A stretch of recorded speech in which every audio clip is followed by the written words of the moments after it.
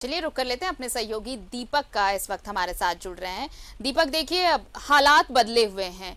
पिछले बार की तरह इस बार भी कोरोना की वजह से सभी पर्व त्योहारों की रौनक फीकी नजर आ रही है। करम पर्व पर भी ऐसा ही कुछ यहाँ नजारा देखने को मिल रहा है, लेकिन आस्था और विश्वास में कमी नहीं। क्या कह रहे हैं लोग और किस तरह से इस पर्व को मना रहे हैं, क्योंकि भव्य तरीके से तो आयोजन की अनुमति है नहीं।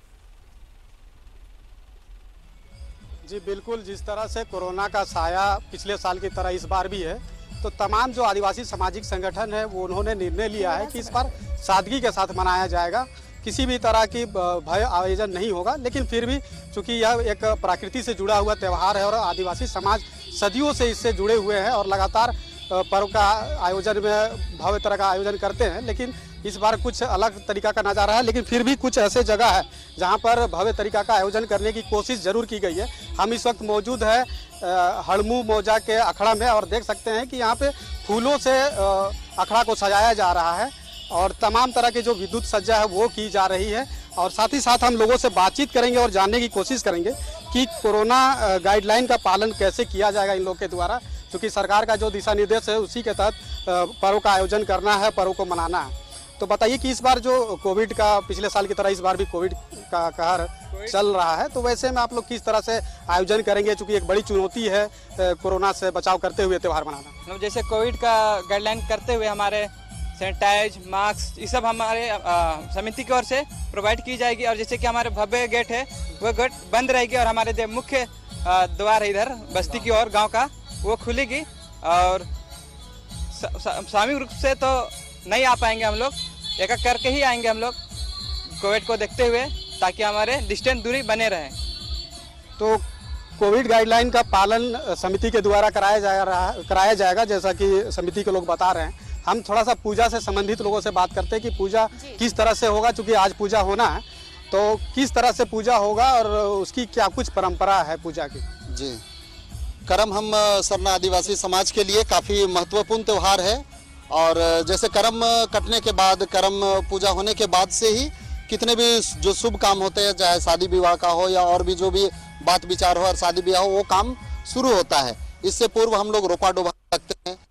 हम लोग का जो आषाढ़ी पूजा होता है, आषाढ़ी पूजा होने के बाद कोई भी शुभ काम हम लोग नहीं करते हैं। उसके बाद रोपा डोभा खेत बाड़ी में सारे लोग लग जाते हैं। उसके बाद करम का जो त्यौहार हम लोग मनाते हैं, उसके बाद से फिर शादी ब्याह का काम हम लोग का फिर से शुरू होता है। यानी कि यह त्यौहार आदिवासियों के लिए बेहद शुभ माना जाता है। बिल्कुल। और इस समय हम लोग इस पर्व के लिए 9 दिन पहले से हमारी बहनें उपवास, प्यास और बहुत सारा तपस्या करके जावा फूल उगाती हैं और 9 दिनों के बाद उसी फूल से करम देव की पूजा अर्चना की जाती है। और करम के समय हम लोग का जितना भी जो नया बहू हम लोग अपने गाँव में लाते हैं, जो उनका पहला करम वो अपना मैके में ही वो लोग मनाते हैं। तो उन लोगों को बाकायदे मैके वो लोग जाती हैं और यहाँ से उसका साज सज्जा का जितना भी साड़ी और जो भी उसका सामान है वो यहाँ से बाकायदे जो नाचू रहता है उसमें पहुँचाया जाता है। और जो हम लोगों की बहन जिनको हम लोग विदा दिए हैं, शादी किए हैं, वो बहन लोग भी करम के मौके पर पहला करम वो लोग यहाँ मनाती है और उनके ससुराल से उनके लिए सारा कुछ आता है। तो इस तरह से ये पर्व हम लोग के लिए बहुत ही महत्वपूर्ण है। और पाहन राजा के अगुवाई में पूरा गांव के लोग अखड़ा में इकट्ठा होते हैं और सिर्फ आदिवासी समाज नहीं बल्कि पूरे विश्व, पूरे प्रकृति का के लिए पूजा प्रार्थना करते हैं कि वातावरण शुद्ध हो और सारे लोग खुशी कुशलता पूर्वक रहें। ये सारा चीज़ प्रार्थना की जाती है। और पाहन के द्वारा जो कहानी बताई जाती है वो कर्मा और धर्मा की कहानी, ये कहानी एक तरह से पूरा जीवन का निचोड़ है। इस कहानी के माध्यम से बताया जाता है कि जीवन में कर्म करना बहुत जरूरी है। कर्म का कोई दूसरा विकल्प नहीं है। हम लोग को कर्म करना है, मेहनत करना है, लेकिन केवल कर्म करने से हम धन का उपार्जन कर सकते हैं, लेकिन हम लोगों के अंदर सही संस्कार आए, अच्छे संस्कारों को हम सीख पाए, तरक्की और बरकत हो पाए, इसलिए कर्म के साथ साथ धर्म भी जरूरी है। कर्म के अनुरूप फल मिलता है, उसका लोगों को ख्याल रखना चाहिए और साथ ही साथ तमाम तरह की जो कार्य है उस पर भी उनको ध्यान देने की जरूरत है। जी, मतलब कर्म के साथ साथ धर्म जरूरी है। मान लेते हैं हम कुछ भी कर्म करके पैसा तो हम अर्जित कर लिए, लेकिन अगर हमको सही संस्कार नहीं मिले तो हो सके उस पैसा का दुरुपयोग हो सकता है। तो उस कर्म कहानी में वही बताया जाता है कि कर्म करके जो भी धन हम लोग कमाएं, लेकिन हम अपने जो सृष्टि करता है, जो प्रकृति, उसके प्रति हम लोग आभार प्रकट करें। और आज जो पूजा होगा वो किस तरह से विधि विधान से पाहन के द्वारा कराया जाएगा और इसकी समाप्ति कब होगी? जी, इसके लिए जैसे अभी दोपहर में ही लगभग हम लोग का जो युवा लोग हैं वो लोग कर्म काटने के लिए निकल जाते हैं। पूरा नेक दस्तूर विधि विधान के साथ कर्म को काटा जाता है। जहाँ से लाया जाता है, लगभग हम लोग का हरमू सीमाना का जो अंत है वहाँ पर से लाया जाता है, जिसको कि हमारे उपासल प्यासल बहनें जो हैं वो गांव घुसते ही उसको फिर अपने हाथों में लेती हैं और नाचते गाजते रीज रंग के साथ यहाँ कर्म में अखड़ा में उसको स्थापित किया जाता है। पहान पहनाइन काफ़ी नेक के साथ उसको इकट्ठा किया वहाँ स्थापित किया जाता है। उसके बाद यहाँ से पूरे गांव में घूम घूम कर तेल उगाही की जाती है। उसी तेल से यहाँ दिया जलाया जाता है और उसी रोशनी में पाहन राजा पूरे गांव के अगुवाई में मतलब के समूह में कर्म की पूजा करते हैं और सबों के कुशलता की कामना भी करते हैं।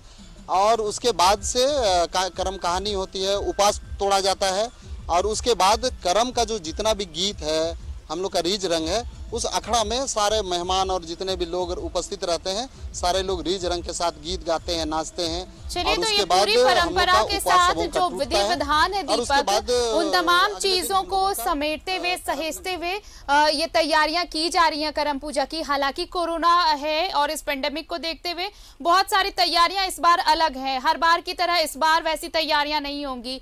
लोगों के बड़े समूह नहीं इकट्ठा हो पाएंगे, लोग ज्यादा संख्या में नहीं होंगे, क्योंकि ये भी ध्यान रखना है कि संक्रमण का दौर है, कोई संक्रमित ना हो जाए।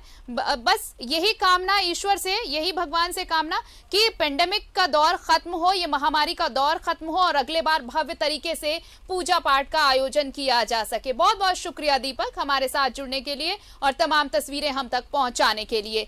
तो करम पर्व है आज, बहनें अपने भाइयों के लिए व्रत रखती हैं। ईश्वर से कामना होती है कि भगवान लंबी आयु दे, दीर्घायु करे भाई को, और उसके साथ ही साथ जो घर में सुख शांति है वो भी बढ़े। इन सब चीजों की तैयारियां हैं, लेकिन इस बार हर पर्व हर त्योहार में ऊपर वाले से, ईश्वर से यही मनोकामना कि कोरोना का दौर जल्द से जल्द खत्म हो और पर्व त्योहारों की रौनक वापस लौट सके।